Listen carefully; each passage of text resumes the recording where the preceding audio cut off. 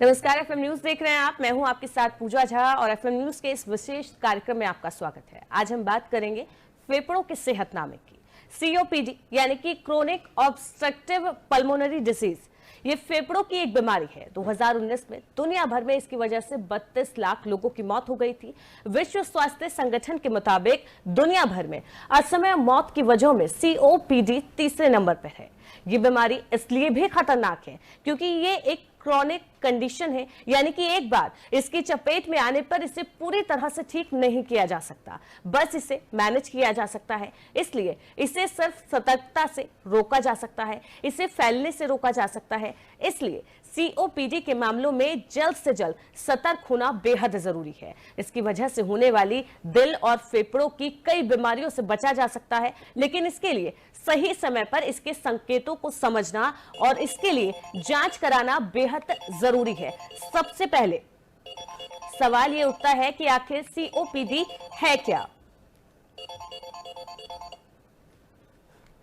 COPD यानी कि chronic obstructive pulmonary disease, जो फेफड़ों की एक बीमारी है। इसमें फेफड़े कमजोर हो जाते हैं, सांस लेने में दिक्कत होती है। इसे कभी कभी क्रोनिक ब्रोंकाइटिस भी कहते हैं।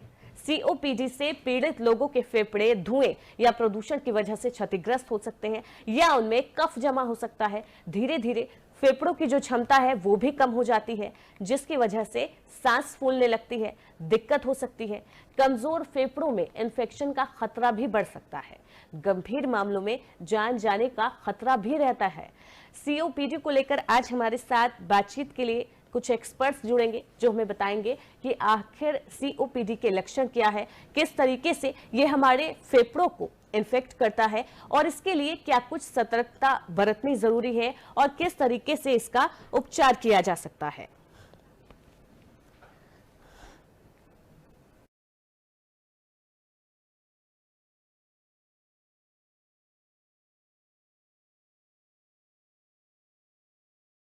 पीडी को लेकर चर्चा के लिए हमारे साथ हमारे एक्सपर्ट्स जुड़ गए हैं। डॉक्टर राजीव कक्कड़ हमारे साथ जुड़ गए हैं, चेस्ट स्पेशलिस्ट हैं। डॉक्टर रविंद्र पोरवाल हमारे साथ जुड़ गए हैं, योग गुरु हैं। और डॉक्टर ओम प्रकाश आनंद जुड़ गए हैं हमारे साथ, आयुर्वेदाचार्य हैं। आप तीनों का बहुत बहुत स्वागत है एफएम न्यूज में। डॉक्टर राजीव कक्कड़ जी, जी डॉक्टर राजीव कक्कड़ जी। हाँ जी, सीओपीडी अगर हम समझे तो एक फेफड़ा एक बैलून की तरह होता है और इसकी अगर स्ट्रक्चर की तरफ देखें तो नाक जो है वो जो हमारे लंग का पहला दरवाजा होता है और एक सांस की नली डिवाइड होकर जैसे पेट की टहनियां होती हैं डिवाइड होती जाती हैं और लास्ट में एल्वोलाई जो एयर कोस्टक होते हैं जहां से ऑक्सीजन एक्सचेंज होती है। सीओपीडी में जो बैलून होता है वो बिल्कुल शिथिल हो जाता है, उसकी इलास्टिक रिक्वायल कहते हैं वो कम हो बढ़ जाती है और वो बैलून पूरी तरह से पिचकता नहीं है। जबकि जो सांस के पेशेंट होते हैं, जो एस्थमा होता है वो सांस की नलियों की बीमारी है, एलर्जिक मोस्टली होता है, उसमें सांस की नली में सूजन आ जाती है, वो सिकुड़ती है और 100% रिवर्सिबल है। जबकि सीओपीडी एक इरिवर्सिबल डिजीज है। इसका मुख्य कारण पहले जो कहते थे स्मोकिंग का पर्यावजी सीओपीडी था, लेकिन अब बदलते हुए समय के साथ में पिछले 2 दशक से जो पोल्यूशन है, एनवायरमेंटल पोल्यूशन है, वो इसका मुख्य कारण है। उसके साथ सीओपीडी भी है। ये एनवायरमेंटल पोल्यूशन जब भी हम सांस लेते हैं तो एक बात मान के करिए, एक बार की जो सांस होती है अगर हम फेफड़े को खुला छोड़ दें, ओपन कर दें, तो एक टेनिस के कोर्ट के बराबर एरिया उसका होता जी अपने पास लेते हैं और छोड़ते हैं और फेफड़े का मुख्य कारण होता है ऑक्सीजन लेके जाना। जबकि सीओपीडी में ऐसा होता है कि पूरी तरह फेफड़े पिचक नहीं पाते हैं, इसलिए कार्बन डाइऑक्साइड बढ़ती है एंड सीओपीडी में ऑक्सीजन से ज्यादा कार्बन डाइऑक्साइड रिटेंशन होता है जो कि बीमारी का मुख्य कारण होता है। और ये बढ़ा हुआ कार्बन डाइऑक्साइड कभी कभी इतना भयानक हो जाता है कि पेशेंट को आईसीयू में रखना पड़ता है और उसको वेंटिलेटर की जरूरत पड़ती है। तो सीओपीडी एक फेफड़े की बीमारी होते हुए भी इसका प्रभाव करीब करीब शरीर के सारे अंगों में पड़ता है। इसके प्रभाव से हार्ट के ऊपर असर पड़ता है, इसके प्रभाव से बोन हल्की हो जाती है, बोन से कैल्शियम निकल जाता है और बहुत जल्दी जल्दी फ्रैक्चर होना है, बॉडी एक होने लगता है, मांसपेशियां शिथिल हो जाती हैं। जो सीओपीडी के पेशेंट्स होते हैं उनको 8-10 साल बाद, 15 साल के बाद जो पैर और हाथ की मसल्स होती हैं वो पतली हो जाती हैं, पेट फूलते जाता है और जो मसल्स पतली धमनी होती है वो बर्न करती है और उसके लिए जो ऑक्सीजन की जरूरत होती है वो बॉडी के अंदर से लेती है। यानी कि धीरे धीरे हम लोग ऐसी स्टेज में पहुंच जाते हैं जब हम बैठे तो हुए हैं लेकिन बैठे बैठे सांस फूल रही है, हमें ऑक्सीजन की जरूरत पड़ती है। अगर हम ऑक्सीजन ज्यादा देने लग जाते हैं, ज्यादा उसकी जरूरत होती है, तो कार्बन डाइऑक्साइड बढ़ने लग जाती है और उसकी वजह से धीरे धीरे धमनियां बढ़ जाती है, संकुचित हो जाती है, मेटाबॉलिक सिंड्रोम होता है। उसके साथ में लोगों को जो कार्डियक पेशेंट्स होते हैं उनको स्ट्रेस लेवल बढ़ जाता है, बॉडी में इन्फ्लेमेटरी मीडिएटर यानी सूजन पैदा करने वाले तत्व ज्यादा घूमने लग जाते हैं। हर समय आदमी थका हुआ रहता है, भूख कम लगती है, एसिडिटी होती है, पेट की बीमारियां होती हैं, खाना ठीक से डाइजेस्ट नहीं होता है। इसमें हार्ट का अटैक होने के चांसेस बढ़ जाते हैं, ब्रेन स्ट्रोक होने के चांसेस बढ़ जाते हैं। अगर पेशेंट को डायबिटिक है तो उसमें डायबिटीज अनकंट्रोल रहती है और चूंकि डिफेंस सिस्टम जो लोकल डिफेंस होता है लंग का वो खराब हो जाता है, लंग में इन्फ्लेमेशन या सूजन होती है तो सेकेंडरी इन्फेक्शन, बार बार इन्फेक्शन होने के पॉसिबिलिटी बढ़ जाती है। इसमें जल्दी जल्दी पेशेंट को इन्फेक्शन होता है, निमोनिया जल्दी जल्दी डेवलप होता है, उसको हमें हर साल एक वैक्सीन की जरूरत पड़ती है। तो सीओपीडी केवल फेफड़े की बीमारी ना होते हुए बॉडी के करीब करीब सारे अंगों को प्रभावित करती है और पिछले कुछ दशक में जैसे जैसे हमारा कंट्री डेवलपिंग कंट्री से डेवलप कंट्री होता जा रहा है, इंडस्ट्रियलाइजेशन बढ़ता जा रहा है, वहां पे व्हीकल बढ़ती जा रही है। जिसके पास एक गाड़ी दो गाड़ी होती थी अब वो तीन तीन चार चार गाड़ियां होती हैं। अगर आप रोड में जाके देखिए तो जो व्हीकल पोल्यूशन है इसका मुख्य कारण होता है। उसके अलावा इंडोर पोल्यूशन भी इसको प्रेसिपिटेट करता है। जो स्मोकर्स होते हैं कमरे में बैठ करके स्मोकिंग करते हैं, आप तो स्मोक कर रहे हैं लेकिन सेकंड हैंड और थर्ड हैंड स्मोकिंग से भी उसका प्रभाव होता है। बंद कमरे हैं, वेंटिलेशन है नहीं, पहले कमरों में घरों में आंगन होता था अब वो होता नहीं है। और जो लाइट होती है वो इतनी ज्यादा स्ट्रॉन्ग होती है कि जो वार्निश होती है, जो पेंट्स होते हैं उनको गर्म होने से जो फ्यूम्स उड़ती है वो भी लंग को डैमेज करती है। मॉस्किटो रिपेलेंट्स जो हम लोग इस्तेमाल करते हैं वो जो केमिकल्स जो कि मॉस्किटो को मार सकते हैं उनकी फ्यूज रात भर जलती है तो उसके साथ में भी ये सीओपीडी का डर रहता है। और अभी अक्सर आपने सुना होगा कि दिल्ली में अगर इतना ज्यादा पोल्यूशन है जो इंडेक्स है हमारा वो बहुत बढ़ा हुआ है, पोल्यूशन इंडेक्स जो है बढ़ा हुआ है जी। वो करीब पर डे 20 सिगरेट के बराबर है। जो आदमी नॉन स्मोकर भी है वो करीब करीब 20 सिगरेट पी रहा है। तो ये पोल्यूशन का प्रभाव है। यानी कि पॉल्यूशन इसका एक बहुत बड़ा कारण माना जा सकता है, पॉल्यूशन बहुत बड़ा कारण है। लेकिन हम क्या इसे अस्थमा से अलग मान सकते हैं? अस्थमा और सीओपीडी कैसे अलग है या फिर ये दोनों सेम ही कंडीशन है? नहीं, बिल्कुल दोनों में बिल्कुल फर्क है। अस्थमा एक बचपन से होने वाली बीमारी है। इसका एक कारण होता है आवांशिक होती है। अक्सर घरों में देखा गया है कि पूरी फैमिली में ये होता है, किसी न किसी को किसी प्रकार की एलर्जी होती है, किसी को एलर्जिक राइनाइटिस, जल्दी जल्दी जुकाम होना।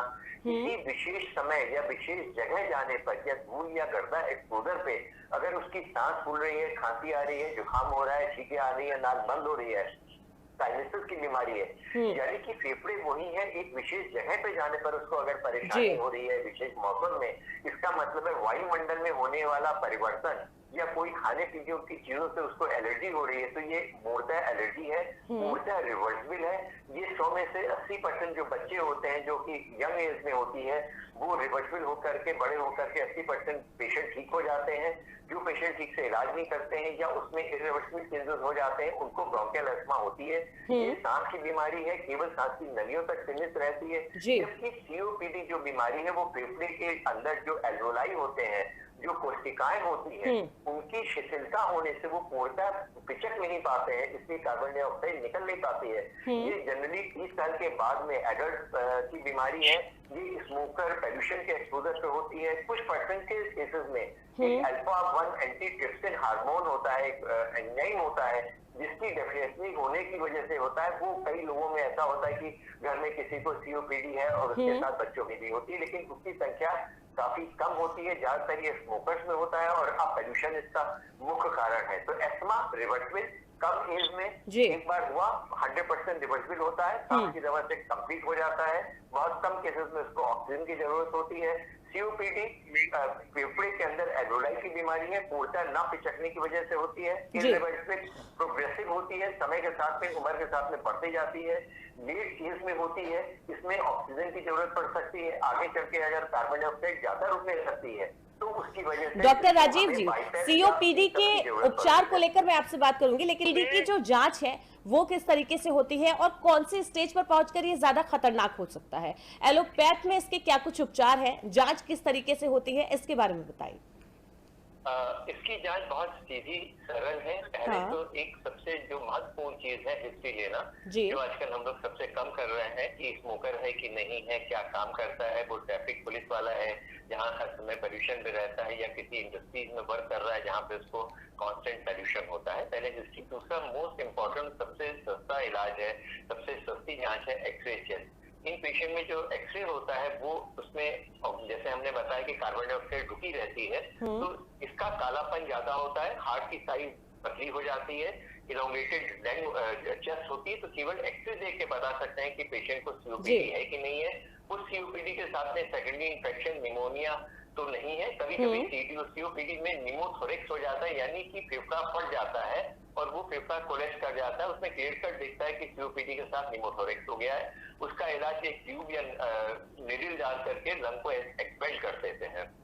तो सबसे पहले आप एक्सरे कराइए। हाँ। सीओपीडी में एक कंप्लीट ब्लड काउंट, जिसे टीएलसी डीएलसी कहते हैं, वो करके हम ये देख लेते हैं कि उसमें कहीं ऐसा तो नहीं है कि सीओपीडी में सेकेंडरी इन्फेक्शन है, काउंट बढ़े हुए तो नहीं है, फिर बढ़ा हुआ तो नहीं है। अगर वायरल इन्फेक्शन है तो टोटल काउंट कम तो नहीं है, प्लेटलेट कम तो नहीं हो रहा है, क्योंकि आजकल जैसे वायरल बहुत इन्फेक्शन हो रहा है, तो सीओपीडी के साथ में इस तरह का कोई प्रॉब्लम तो नहीं है। उसके साथ में हम लोगों को जो और चीजें देखनी है कि ब्लड शुगर, सीरम क्रिएटिनिन खराब तो नहीं हो रहा है। अगर उसमें उनकी बोन बहुत हल्की है, जो कि एक्सरे में ही दिखाई पड़ रहा है, तो विटामिन डी का लेवल करा के देख लेते हैं कि विटामिन डी कम तो नहीं हो रहा है। और सबसे महत्वपूर्ण चीज जो है, जो हम पल्स ऑक्सीमीटर में हम ऑक्सीजन तो देखते हैं लेकिन कार्बन डाइऑक्साइड नहीं देखते हैं।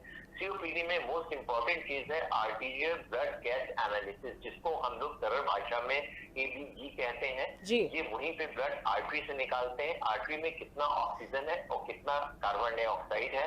अगर उसका ऑक्सीजन 95, 96 या 90 से कम या 80 से कम हो रहा है, यानी उसकी ऑक्सीजन कम हो रही है, और कार्बन डाइऑक्साइड 45 से ऊपर निकल रहा है, 50, 60, 70, 80, 90 हो रहा है, तो पेशेंट कॉन्शियस है कि नहीं है। अगर डल हो रहा है तो उसको बाइपैस लगा करके एक जो इन्वेजिव नॉन इन्वेजिव वेंटिलेशन है लगा करके केवल उसको कार्बन डाइऑक्साइड को वॉश करते हैं। और अगर वो अनकॉन्शियस हो रहा है, बेहोश हो रहा है, तो उसको वेंटिलेटर की जरूरत पड़ती है। और तो क्या कोई थेरेपी भी इसको कम करने में मददगार हो सकती है साबित? क्या चीज? थेरेपी की हम बात कर रहे हैं, क्या थेरेपी से भी इसको कम किया जा सकता है? बिल्कुल, जैसा डॉक्टर ने बताया बिल्कुल सही बात है कि ये एक ऐसी चीज है, इसमें मैकेनिकल फैक्टर है, यानी कि फेफड़े पिचक नहीं रहे हैं और उनकी इलास्टिसिटी खराब हो गई है, यानी फेफड़े फूल से गए हैं। जैसा बताया डॉक्टर ने कि प्राणायाम बहुत अच्छी चीज है, योगा, जितनी भी एलोपैथिक लंग एक्सरसाइजेस हैं, वो प्राणायाम के डिफरेंट कंपोनेंट्स हैं। प्राणायाम या योग से बेहतर आज तक दुनिया में कोई एक्सरसाइज नहीं बनी है। अगर हम नियमित ढंग से ये करें तो हम लोग अपने लंग को यंग रख सकते हैं। जहां पर हम लोग ये मानते हैं कि आदमी की उम्र 60 साल हो सकती है, लेकिन अगर वो नियमित प्राणायाम कर रहा है, योग कर रहा है, पौष्टिक आहार ले रहा है, अपनी फिजिकल एक्टिविटी कर रहा है, तो 60 साल का उम्र होते हुए भी उसका लंग 30 साल का हो सकता है। अगर पेशेंट स्मोकर है या पोल्यूशन से उसका बहुत ज्यादा एक्सपोजर है, तो 30 साल के मरीज का फेफड़ा 60 या 70 साल का हो सकता है। लंग ईज कहते हैं उसको, ये आसानी से कैलकुलेट करी जा सकती है। तीसरी जो और दूसरी जांच होती है वो लंग फंक्शन यानी स्पायरोमेट्री, फेफड़े की कंप्यूटर के द्वारा जांच करते हैं। एक सरल जांच है, इसमें फेफड़े की आदमी की उम्र और उसके हाइट और वेट के हिसाब से उसमें सारे पैरामीटर होते हैं। उसमें एक दो बार सांस लेता छोड़ता है और ये मालूम पड़ जाता है कि फेफड़े की क्षमता क्या है, बड़ी सांस की नली में सूजन कितनी है, छोटी सांस की नली में सूजन कितनी है। 6 मिनट वॉक टेस्ट एक और टेस्ट है, उसमें मालूम पड़ता है चलने फिरने में उसकी ऑक्सीजन गिर रही है कि नहीं गिर रही है। एक फ्रैक्शनल नाइट्रिक ऑक्साइड जिसे हम पीनो कहते हैं, उसकी जांच से मालूम पड़ता है फेफड़े में सूजन की मात्रा कितनी है, उसमें ब्रोंकोडायलेटर की कितनी जरूरत है, स्टेरॉइड की जरूरत है कि नहीं जरूरत है। उसके अलावा एक और जांच होती है जिसे पल्मोनरी डिफ्यूजन टेस्ट कहते हैं, उसमें ऑक्सीजन और हीलियम को फूंक करके फेफड़े में ले जाते हैं और उसको डिफ्यूज करके ब्लड में ले जाते हैं। ये भी एक साधारण जांच है, साधारण से हो जाती है। उससे मालूम पड़ जाता है कि हमें ऑक्सीजन का रुकावट फेफड़े में हो तो नहीं रही है। इको करवा के देखते हैं, जिसमें देखते हैं इसका बैक प्रेशर से हार्ट के ऊपर तो नहीं आ रहा है, हार्ट फूल से तो नहीं रहे हैं, उसमें कोई रुकावट तो नहीं हो रही है, क्योंकि सीओपीडी का सीधा संबंध हार्ट के ऊपर भी होता है। उसके अलावा एक हम लोग प्लेटिस्मोग्राफी करते हैं जो जी। कि थोड़ा एडवांस टेस्ट है। एक आयरन एक चैम्बर में बंद करके पेशेंट को ऑक्सीजन लेकर के और कार्बन डाइऑक्साइड देते हैं और देखते हैं उनको फेफड़े कितने फूलते गए और कितनी उनको एक्सरसाइज से कितना हम लोग रिवर्ट कर सकते हैं। कुछ जांचें वो पेशेंट की कंडीशन के हिसाब से करते हैं और उससे हमें मालूम पड़ सकता है कि पेशेंट को सीओपीडी है, पेशेंट को एस्थमा है या इंटरस्टिशियल लंग डिजीज जो कि हम लोगों ने कोविड के पीरियड में देखा था कि फेफड़े सख्त हो जाते हैं, ये सीओपीडी के बिल्कुल रिवर्ट होता है जिसमें होते हैं। और एक बात हमेशा ध्यान के रखिए, अगर हमें सांस फूल रही है तो इसका केवल कारण फेफड़े ही नहीं होते हैं। हार्ट के पेशेंट होते हैं जिसमें कार्डियक फेलियर होता है, उसमें भी सांस फूलती है, उसमें फेफड़े में पानी आ जाता है, पैरों में सूजन होती है, उसको भी देखने की जरूरत हो। जो किडनी फेलियर होता है उसमें भी सांस फूलती है, लीवर फेलियर होता है उसमें भी सांस फूलती है, निमोनिया होता है। कुल मिलाकर सीओपीडी से बचने के लिए अपने फेफड़ों को दुरुस्त करना बेहद जरूरी है। अगर आपके फेफड़े स्वस्थ रहेंगे तो आप सीओपीडी से भी बच सकते हैं और सीओपीडी के कारण होने वाली कई बीमारियों से अपने आप का बचाव कर सकते हैं। डॉक्टर राजीव कक्कड़ जी, डॉक्टर रविंद्र पोरवाल जी और डॉक्टर ओम प्रकाश जी, आप तीनों का बहुत बहुत शुक्रिया हमारे साथ चर्चा में जुड़ने के लिए। तो रिसर्च में पाया गया कि करीब 46% सीओपीडी के मामलों के लिए स्मोकिंग जिम्मेदार है। प्रदूषण के बारे में तो हम सभी जानते हैं, प्रदूषण का स्तर आजकल कितना बढ़ा हुआ है और इसका हम कुछ कर भी नहीं सकते, लेकिन स्मोकिंग हमारे हाथ में है, इसका फैसला भी हमारे हाथ में है। इसलिए ऐसी गंभीर स्थिति में इससे बचना चाहिए और अपने फेफड़ों को दुरुस्त करने के लिए योग का जरूर सहारा लें। अगर आप योग करेंगे तो इससे आपके फेफड़े भी मजबूत होंगे और साथ ही साथ आप सीओपीडी जैसी खतरनाक बीमारी से भी बच सकते हैं। आज के इस विशेष कार्यक्रम में फिलहाल के लिए इतना ही। लगातार खबरों के लिए बने रहिए एफएम न्यूज के साथ।